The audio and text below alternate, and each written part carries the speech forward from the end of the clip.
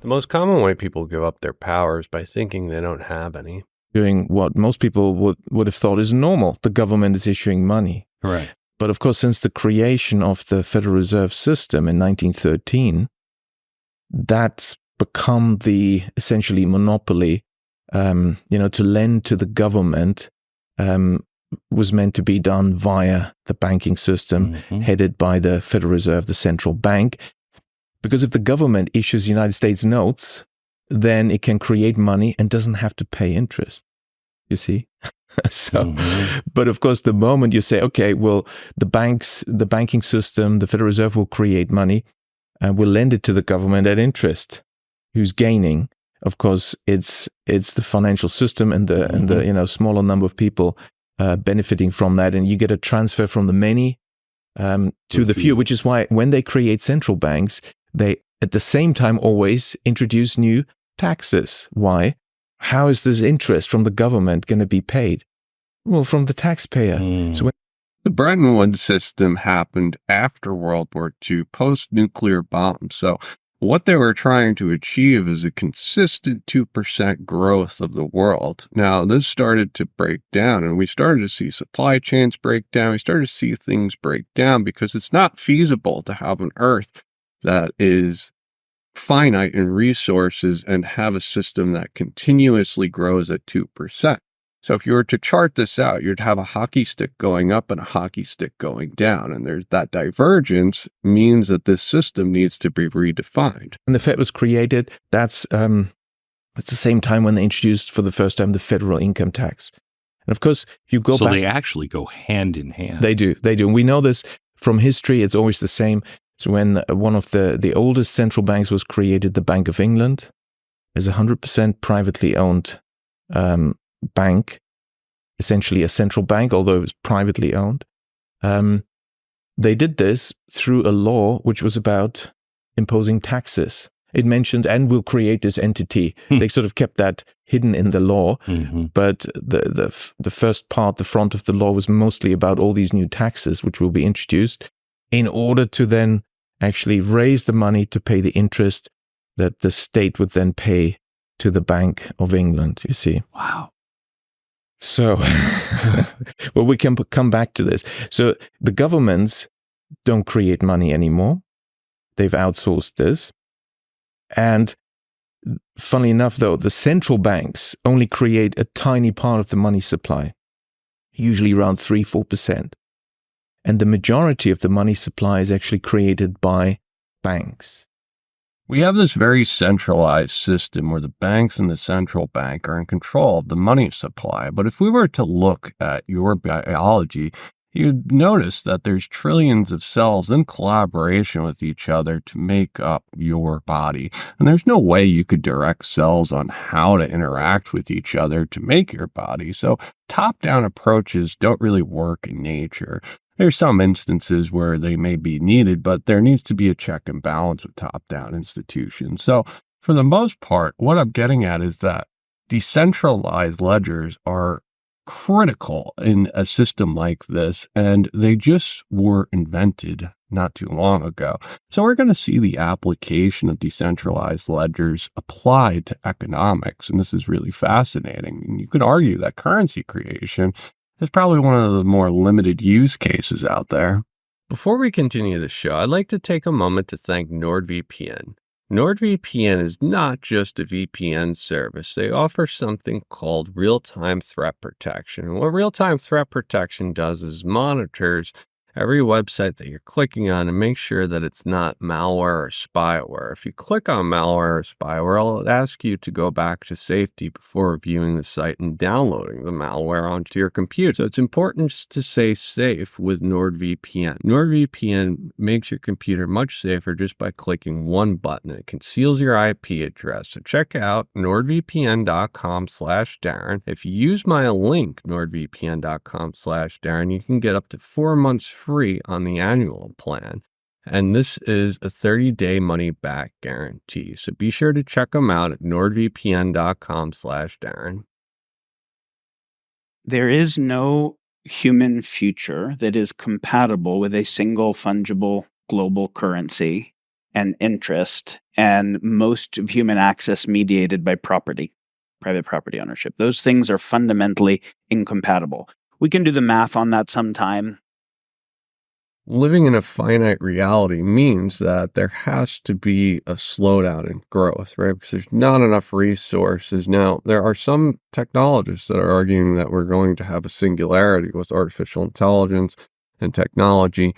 We're going to live in a society that offers complete abundance. Now, that has remained to be seen. If you look back at history, we follow these cycles, and every time there is extreme amounts of enlightenment and pleasure, it leads to tough times, just like the meme. So we're in this period of time that is very fragile, and we do not know how long it's going to last. And when historically it comes down hard. System, which holds, and again, however idealistic, however partially delivered upon, it has nonetheless been the ideals we've rallied around in times of crisis, from the the battlefield of Gettysburg to, and Lincoln, to the rubble of 9/11 and George Bush, to Obama and the Charlottesville shootings. Like time and again, we've been like, okay, to Martin Luther King, in Washington in '63. We've been like, hey, there's this beautiful thought experiment, the infinite game, right? Let's include everybody in it, and let's have this humanistic project. And at the times of crisis, we've dusted it off and we've recommitted to it. But there's been a shift. There's been a seismic shift in the last decade, and intensifying in the last 5, and then again in this last one, of, nah, fuck it. We're breaking that treaty. We're not even pretending that we're trying to get everybody on the bus. We're blowing up the bus. And I'm sure throughout history, the human race has had ups and downs. And what's different this time is that during the downtime, we are not collectively getting together and arguing that we can grow the pie bigger together. And instead, we're relying on top-down institutions to tell us what to do, to tell us how to feel about it, to tell us how to go about things. Studied 500 Americans across the political spectrum, including alt-right identitarians, radical social justice activists, and then somewhat sort of centrist moderates. And they assessed them against dark triad personality, so sociopathy, Machiavellianism, narcissism, and then also authoritarianism.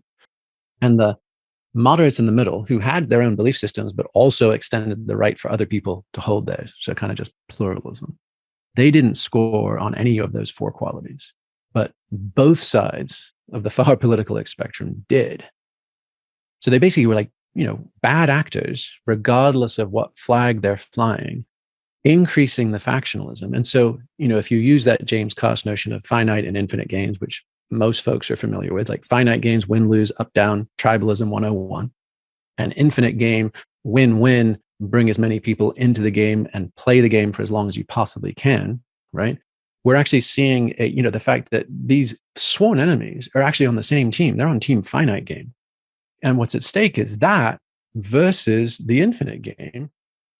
Tribalism is part of human nature. Team A doesn't have as much as Team B, so Team A gets together to fight with Team B. Well, this is happening on a grand scale, and this is happening all over the world, not just with internal politics, but with external politics. And this has the potential to destroy society, because really what we need is people that aren't thinking in scarcity and thinking in abundance. And what they found is the people that are extremes on the same exact spectrum are more likely to be psychopaths. They answered 4 out of 5 questions to be psychopaths. So anybody that's extreme is a bad actor. SpaceX, all of a sudden, he was making rockets for like 100th to 1,000th of the price that Lockheed or Boeing were, who had just had these almost monopolistic government contracts for a long time. Well, if the taxpayer money is going to the government, is going to an external private contractor who's making the things for 100 to 1,000 times more than it costs, we get this false dichotomy sold to us that either we have to pay more taxes to have better national security, or if we want to cut taxes, we're going to have less national security. What about just having less gruesome bloat because you have better accounting and we make the rockets for 100th of the price, and we have better national security and better social services and less taxes. Well, everyone would vote for that, right? Who wouldn't vote for that thing? Well, that wasn't possible before uncorruptible ledgers. Distributed ledger technology is able to create systems, complex systems that have auditability, transparency. Now, with complex systems such as a government, you would be able to remove all of the corruption that's in government. Not to mention, if you were to have a complex system that has this transparency, you'd be able to see all the inputs and all the outputs, and we would be able to identify where things make sense to allocate resources and where it doesn't make sense. But what if we were just to make the system more efficient? And that's what transparency and auditability does. If we make a more efficient system, that efficiency is brought back to the people that pay taxes. Now, taxes are an extraction model, right? You work hard and then 25% of your money goes to government institutions that are squandering your money. If these distributed ledgers are attached in these complex institutions, there could be auditability, transparency, and make sure these complex institutions are more efficient. Now, that uncorruptible ledger also means you can have provenance on supply chains to make the supply chains closed loop so that you can see that all the new stuff is being made from old stuff, and you can see where all the pollution's going, and you can see who did it, which means you can now internalize the externalities rigorously, and nobody can destroy those emails or burn those files, right? What if the changes in law and the decision-making processes also followed a blockchain process where there was a provenance on the input of information? Well, that would also be a very meaningful thing to be able to follow. So this is an example of can we actually structurally remove the capacity for corruption by technology that makes corruption much, much, much harder, that forces types of transparency on auditability? What if also you're able to record history? You're able to record the events that are occurring in a blockchain that's uncorruptible where you can't change history later. So you actually get the possibility of real justice and real history and multiple different simultaneous timelines that are happening. That's humongous in terms of what it does. What if you can have an open data platform and an open science platform where someone doesn't get to cherry pick which data they include in their peer-reviewed paper later? We get to see all of the data that was happening. We solve the Oracle issues that are associated. And then if we find out that a particular piece of science was wrong later, we can see downstream everything that used that output as an input and automatically flag what things need to change. That's so powerful. The least interesting example of blockchain is currency creation. Tracking inputs in a complex system means a great amount of efficiency. I mean, think about all the times that there's salmonella on some type of fruit or vegetable. If you were able to track that down to the specific factory, to the specific machine, and you were able to just recall the fruits and vegetables that had the salmonella on it, you could potentially save the entire crop, meaning that this has a great amount of efficiency for recalls. It has a great amount of efficiency for just complex systems and tracking inputs and outputs.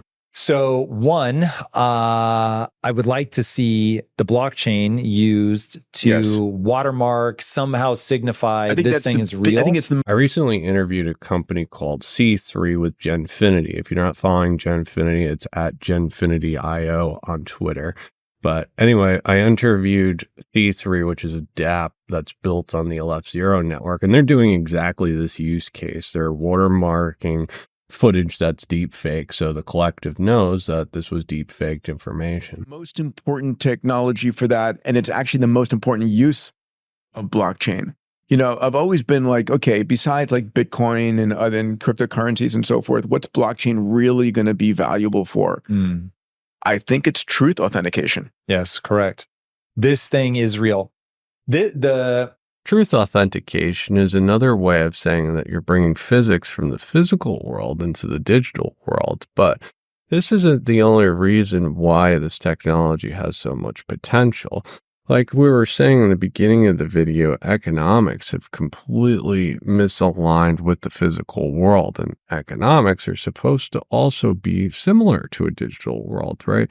So the free markets are supposed to be the invisible hand that guides where the economy is supposed to have supply and demand. So if you're able to apply blockchain from the digital world and have truth verification, you're able to have that same concept happen with economics in our physical reality and our economic reality.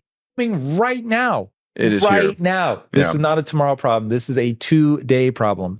And given who's running, this is going to be a nightmare. And so I am super worried. And when you look at Ray Dalio, who's upped the last prediction I saw was 40% likelihood of civil war in the US, 50% likelihood of a global world war. And so it's like, whoa, like these are terrifying odds. Yes. They are. And it's the human element that's at stake here, right? It's humans doing this to themselves. It's Correct. one important things that people need to realize that technology is not inherently evil. It's how humans utilize the technology. And we have so much to live for and so much potential ahead of us, right? Infinite adjacent potentials. When I think about why AI is important, it may well be to navigate all this stuff. I don't know that we humans are able to. Ray Dalio is calling for another American Civil War or World War III. If you apply the scarcity mindset to the world right now, Group A sees that Group B has more resources and Group A attacks Group B. So it's logical that we will see some type of conflict unless technology is able to offer abundance, which I think the technology is pretty young for something like that to happen. However, it's not impossible. Though no one can go back and make a brand new start, anyone can start from now and make a brand new ending. Thanks, everyone. I hope you enjoyed the show. Please take a moment to like and subscribe. If you enjoy content like this, please consider joining my Patreon or my ghost site, dmjr.ghost.io.